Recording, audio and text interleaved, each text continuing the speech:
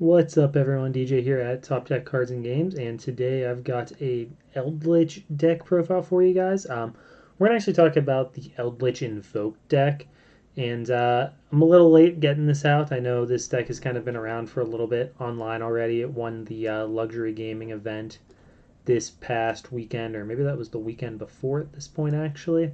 But deck is sick. It's really grindy. It's a great. I don't want to call it like a fair deck, but it's closer on the spectrum to like a Sky Striker than it is to a Goki or Adamancipator deck, obviously. So it's a really cool deck. It plays kind of authentic Yu-Gi-Oh, which is really fun all the time. I'd rather play games like that a lot of the time, I think. And it's really consistent, and that's what I sort of was aiming for to maximize with the list that I'll show you guys when we get to the end here. And the key card for the deck obviously is Eldlich the Golden Lord. That's our boy right there. He's going to take care of everything for us, basically. This card makes a lot of magic happen. If you're going second, you're able to use him and a spell or trap from your hand to pop any card on the board so you can clear whatever off of your opponent's field. Or you can use that to blow up something on your own board if you need to fill your graveyard up. The spells and traps in this deck all have graveyard effects, so there's a lot that we can do there to, make things happen, gain advantage, and make plays. It's also a level 10, so we can use some really powerful rank 10 extra deck options. And it comes back as a 3,500 attacker when you're bringing it back into play. It's really a strong grind card since you're able to spend a spell or trap to the graveyard to bring it back. And 3,500 is still a lot of power. It's not the flashiest card, but it can do a lot still. And I think that's pretty awesome. Next thing up, we do get to play Invocation in this deck. If someone asked me last year at this time how many decks I would sleeve up or build or test with, whatever, that have Invocation in them, I would have said zero, like a fat zero. This card was so unplayable a year ago only. Like, I played against Mech Knight Invoked at a couple of the events I've played in the last year and a half, I guess, actually. And that deck was just so bad. And even with Invocation, that just couldn't save it, like the Invoked engine. And surprisingly, we had Shadala Invoked coming up last format, and now we've got Eldlich Invoked. And the Invocation engine, the Invoke engine, is really good in these grindy decks. It does a lot there, actually. It's worked out where we've had a couple different decks that can use this. This deck benefits a little bit from it due to Master Roll 4 or 5, whatever it is now, the new one. Just since you're able to get those fusions into play, if you need to summon multiples, you don't have to worry about those extra monster zones because we're not going to do a ton of link climbing. We have some options there, but it's not something we're going to make a ton of use of. And it's also just gorgeous if you have those ultimate rare ones right there. So that's always nice too. I don't have those ones. I have peasant secret rares, but a boy can dream. One of the other cool things about this, I mentioned already that the spells and traps have graveyard effects. So we're actually playing with Magician Soul in the deck as well. And because we're playing Magician Soul, we get to play Spellbook of Knowledge. So that's not specifically because of the souls, if that makes sense, but given that we have Alistair and souls, we've got a bunch of options to make knowledge live. Having knowledge gives our deck a ton of consistency. We're able to dig really deep between it and Magician Souls. So we have a lot of options to really power through our deck and find the cards that we need to get going turn one. One of the nice things with Spellbook of Knowledge is that you can get it off of Spellbook Magician, which I'm also playing, and that means you have a ton of consistent turn one plays. So we're going to be able to find the cards that we want most of the time, or if not the cards that we want, enough cards that we can do something. And really, I think if we're able to play games of Yu-Gi-Oh, we're going to win more often than not. I mean, a lot of decks have non-functioning hands. I've played my fair share of combo decks. I'm going to play more of them in my life. I'm sure I love playing them. But you lose plenty of games to yourself just because your deck has a higher fail rate than a deck like Eldlich, Sky Striker, even Trap decks. You're normally trading off for your ceiling when you do that. And I think this deck is pretty powerful. It kind of circumvents that. We have a pretty high power level still. We can kind of go second okay because we have the Invoked. Eldlich itself is pretty good. This deck is sort of thought of as a trap deck. I wouldn't think of it that way. We're not playing that many trap cards even, though they are a piece of the engine, obviously. And let's just start talking about the list. So right here we've got the list for our deck. First we've got 3 Eldlich the Golden Lord. This is the key card for the deck. We've got a lot of ways that we can find it even, and it is just a really powerful card. The interaction, the power level, the level, it all is important stuff. So Eldlich the Golden Lord is obviously the linchpin of the deck. We're playing all 3 copies. 3 copies of Alistair the Invoker. Not a lot to say there. We're maxing out on the Invoked engine, which can get a little dicey because the deck gets pretty thick on normal summons, but I think we're right at the point where I'm starting to feel it. And I'll talk about that more with Blue Boy over here, Spellbook Magician of Prophecy. I like this because I want to be able to search. If I open secrets and no normal summon, I want to be able to dig deeper into my deck so I can find what we want. Or if I just draw it. We do trade off in the downside that we have more normal summons, so I'm choosing the utility of being able to go secrets, Spellbook Magician, search knowledge, rather than just having another secrets and saying we have 3 Alistair and 3 Magician Souls to fuel that Spellbook knowledge. But that's a trade-off I'm choosing to make here and something that I could definitely see tweaking around a bit. Next up, 3 copies of Magician Souls. This is a decent extender, so we can make some link climb plays if we need to, going through something like Phoenix and Unicorn to clear cards off our opponent's boards, or even summoning the Alistair link monster. What is his name? Alistair the Invoker of Madness, in order to make an extension there for our plays.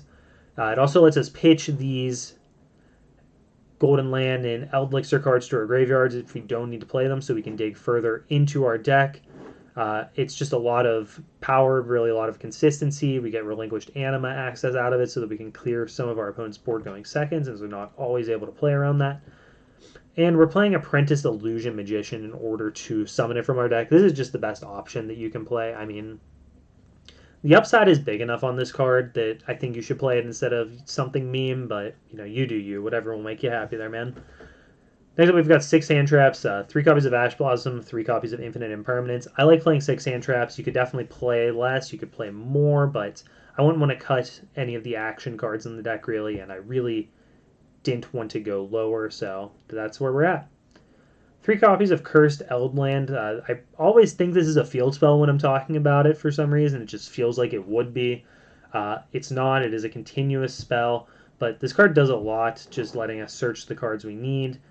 You pay 800 life points and search your deck for a Eldlich monster or a Golden Land spell or trap. And if it's sent to the graveyard, you can search your deck, or rather send an Eldlich monster from your deck to the graveyard. So, or a Golden Land card as well. And that's got a lot of value for us. Sometimes you're going to actually play this card, search with it, and then use Eldlich to pop it so that you can set your board up a little bit better. Or even just send it to the graveyard with your Eldlich, obviously, if you're going second and you've used it to pop one of your opponent's cards, so that you can keep building your board. We're playing 1 copy each of Black and White Eldlixir. These just vary on where they let you summon your zombie monster from. These are just more ways for us to find our Eldlich, and they do banish from our graveyard to set a Golden Land spell or trap from our deck. 3 copies of Meltdown to go with Terraforming. Just going to move that up here real quick. To go with our Invoker. We've got 2 invocations to go with Alistair as well. I do think this is a deck that could justify shaving down to 1 copy of Invocation. We're grindy. We're not looking to open it without Alistair ever. This isn't like Shadal's where you really need to find a fusion play. So that is definitely a spot where we could make some space if we wanted to. But I wanted to play 2 for now because I think those cards really do help going second and power up going first, even just because of how powerful Invoked Caliga is against decks like Adamancivator, so that we can build a board still. 2 copies of Knowledge as well as a copy of Secrets for that consistency, like I said.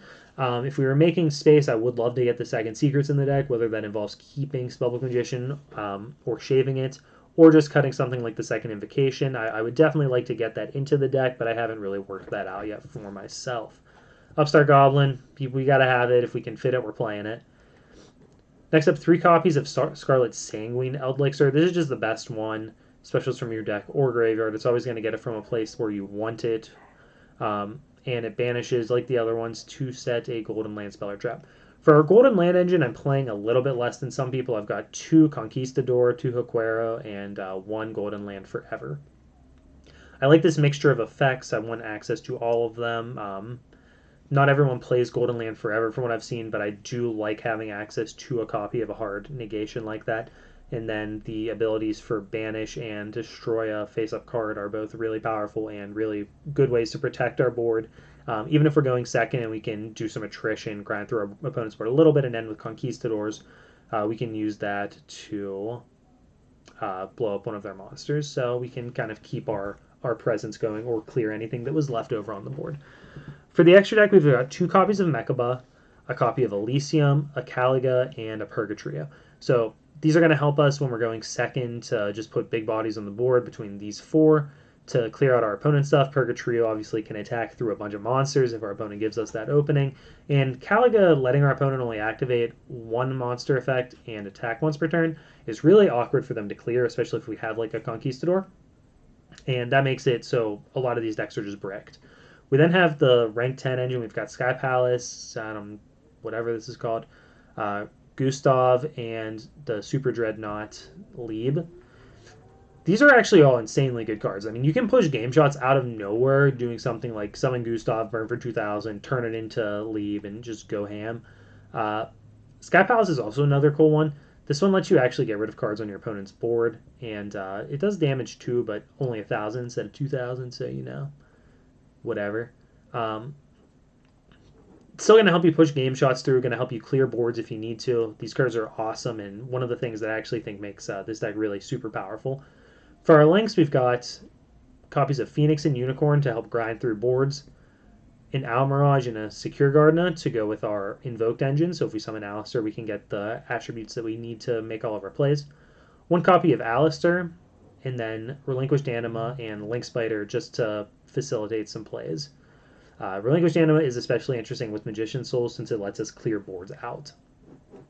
Sideboard, we've got 3 copies of Nibiru for when we're going second. I did just make an actual side for this deck because I don't think a maybe board or an options board was really necessary this time.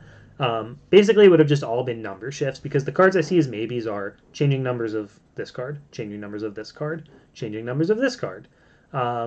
Beyond that, we could talk about flexing our hand traps in our main. We could talk about playing a heavier trap build instead of Invoked. We could talk about playing Solemn Judgment to protect our boards when we're going first. But I don't think there's a ton of substance there, really. So I just made an actual side, and we'll just talk about what that means. 3 Nibiru for when we're going second. I mean, the combo decks still get wild out there. I think this is a useful card to have. 2 DD Crow, just some more hand traps so we can go up if we need more of them, depending on the matchup. This card is also really good in mirror matches because the graveyard is so useful here. Banishing Eldliches or what have you is just really good. 3 Lightning Storm, good against combo decks that don't put up boards that this card's dead against, and great against back row decks. 3 Cosmic Cyclone, this one's also for back row decks. As you can see, all our spell and traps really want to be in the bin, so banishing them is awesome. Then finally, I have 3 Sanctum and a Scythe. When you're going first, you can side these cards in. You're going to shut off a lot of decks, stop them from playing. Some people play a Pointer. Some people use Solemn in this slot. Some people don't side anything additional for when they're going first. I do like those other options because we could turn this Scythe into maybe the 3rd Crow or some other various flex options. But I think the amount of times you activate Sanctum for Scythe and just win the game next turn in this deck is high enough that it's the way to go. Plus, it is another light monster and another way for us to get our Mechabuzz going with our Invoked engine, and I think that's really awesome too. But that's the list, guys. I think this deck is awesome. It is unfortunately a bit expensive right now. Eldliches are pricey, Magician Souls have dropped a bit, but they're still kind of expensive. If you really need pretty cards, Ultimate Invocations are way more expensive than I thought they were.